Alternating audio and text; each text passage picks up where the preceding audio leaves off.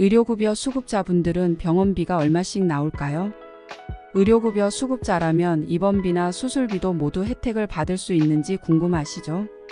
수급자마다 병원비가 1,000원, 500원 혹은 완전 무료 등 왜 다른지 궁금하신가요? 오늘 영상에서는 기초생활수급자의 의료급여 혜택 등에 대해 알려드리고자 합니다. 안녕하세요. 볼겸복지부입니다.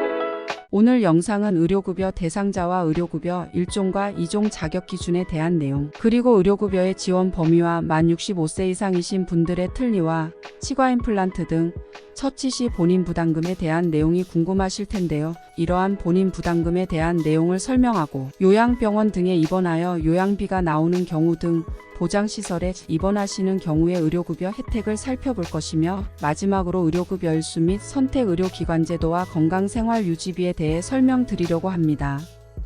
의료급여 2종 혜택을 받는 분들에 대한 자세한 내용은 다음 영상에서 안내드리니 다음 영상을 참고해 주시기 바랍니다. 그럼 영상을 시청하시면서 구독과 좋아요 그리고 알림 설정을 하시면 보다 정확하고 빠르게 복지 정보를 확인할 수 있으십니다.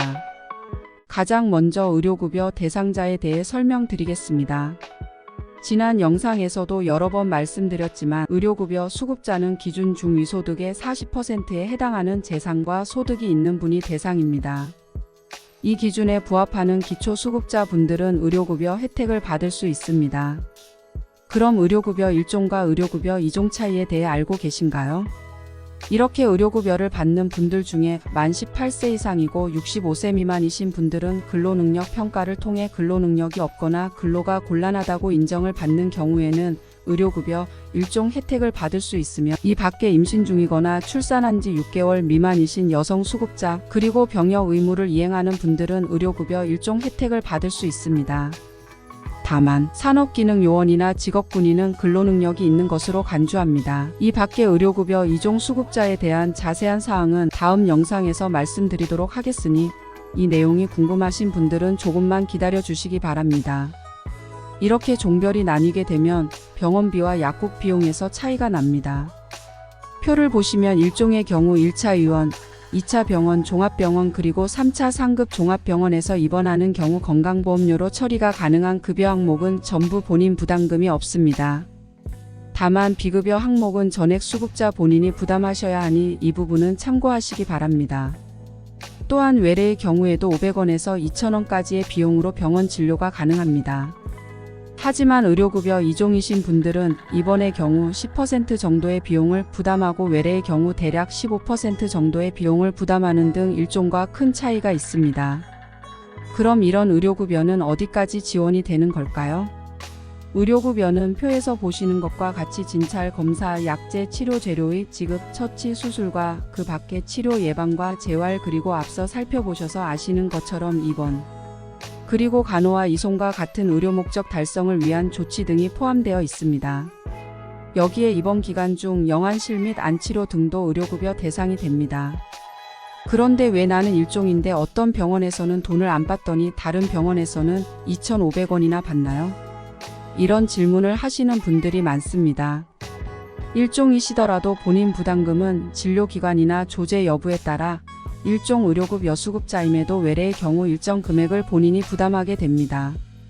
표에서 보시는 것과 같이 의료급 여기관이나 사정에 따라 최대 2,500원까지 부담하는 경우가 있다는 것을 확인할 수 있으십니다. 만약 2,500원을 병원에서 내셨다면 제3차 의료기관인 상급 종합병원에서 직접 조제하는 약 등을 받으시는 경우가 해당되실 겁니다. 또한 약국에서도 병원에서 처방해준 약은 500원이나 직접 약국에 내원하여 조제받은 약의 경우 900원의 본인 부담금이 발생한다는 것을 표로 확인할 수 있습니다. 여기에 영상 끝에서 알려드릴 건강생활유지비의 잔액 여부에 따라서 내는 병원비가 달라질 수 있습니다. 이 내용은 영상 끝까지 보시면 도움이 되는 내용을 확인할 수 있으십니다. 병원에 입원하는 경우 식대는 의료급여로 지원이 될까요? 일반식, 산모식 등 식사 종류에 따라 식대의 20%를 본인 부담을 하며, 자연분만 여성이거나 6세 미만 입원 환자 및 행여 환자의 경우에는 식대 본인 부담이 완전히 면제됩니다.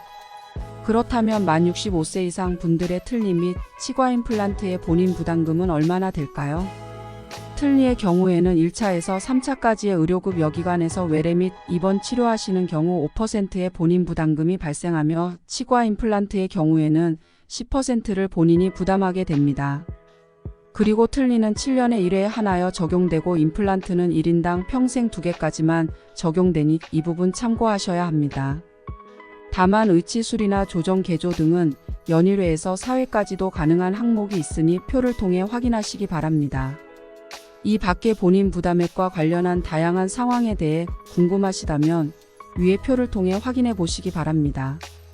그럼 요양비의 경우에도 의료급여 적용이 될까요? 수급권자가 긴급한 상황이거나 의료급 여기관과 동일한 기능을 수행하는 기관에서 질병이나 부상 혹은 출산 등에 대하여 의료급여를 받거나 의료급 여기관 외의 장소에서 출산을 하고 필요 서류를 제출하면 그 의료급여 상당액을 요양비로 지급받을 수 있습니다. 이런 의료급여는 무제한으로 받을 수 있는 걸까요? 의료급여는 무제한으로 받을 수 없으며 상한 일수가 정해져 있습니다. 등록된 중증질환이나 희귀 중증 난치성 질환은 각 질환별 365일을 넘지 않아야 하며 고혈압, 당뇨 등 만성질환은 각 질환별 연간 380일 그리고 이 밖의 질환은 질환 치료 일수가 모두 400일을 넘지 않아야 합니다. 의료급여 일수는 병원 간 날 뿐만 아니라 약을 처방받은 날까지 모두 포함합니다. 예를 들어 의료급여 수급자인 박약국님이 외래로 다나아 병원에서 7일 처방을 받아서 다제조 약국에서 7일치 약을 받은 경우 투약일수 7일에 병원 외래일수 1일로 총 8일의 의료급여 일수가 잡히게 됩니다. 이러한 의료급여 일수는 180일이 넘게 되면 6개월에 한 번 통보되고 300일이 넘으면 매월 1회씩 통보합니다. 그리고 의료급여 일수를 초과하는 경우 중 장기간 입원하거나 투약이 필요하다고 인정되면 각 질환별로 75일에서 145일까지 연장 승인이 이뤄질 수 있습니다. 지금까지 여러 표를 보셨지만 선택의료급 여기관자의 경우에는 본인 부담금이 없는 경우가 있었습니다. 그럼 선택의료급여는 무엇일까요? 선택의료급여란 의원급인 제1차 의료급 여기관 중 한 곳을 선정하여 치료를 받는 것으로 본인 부담금 표를 보신 것처럼 선택의료급여를 받는 경우 본인 부담금이 0원이기에 선택하는 경우가 있습니다.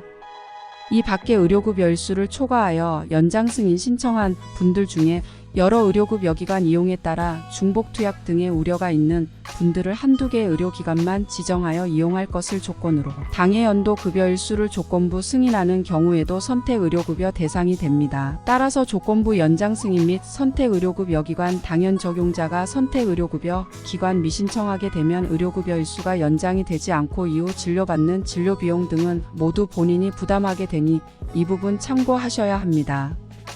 마지막으로 건강생활유지비에 대해서 말씀드리겠습니다. 건강생활유지비란 일종 의료급여 수급자분들이 모두 받을 수 있는 혜택으로 1인당 매월 6,000원씩 지급하는 복지 혜택입니다. 이 건강생활유지비로는 병원 외래 진료비나 틀니 등 병원비에 선차감하여 사용할 수 있는 것으로 일종 의료급여 수급자분들의 부담을 덜기 위해 시행되고 있어서 어느 날엔 병원비가 나오기도 하고 안 나오기도 하는 것입니다. 그럼 6,000원을 다 못 쓰는 경우에는 어떻게 될까요? 이렇게 잔액이 남은 수급자 중 잔액 2,000원 이상 남은 분들에게는 잔액을 계좌로 지급하니 이 부분 참고하시기 바랍니다. 이번 영상에서는 의료급여 일종 수급자 분들이 부담하는 의료비와 틀니 및 임플란트 등의 의료급여 적용 범위 등에 대해 자세하게 알아봤습니다.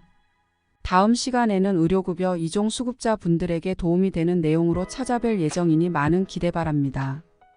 이번 영상이 도움이 되셨다면 구독과 좋아요 그리고 알림 설정해 주시면 보다 정확하고 도움이 되는 복지 정보로 함께 하겠습니다. 지금까지 볼겸복지부였습니다. 감사합니다.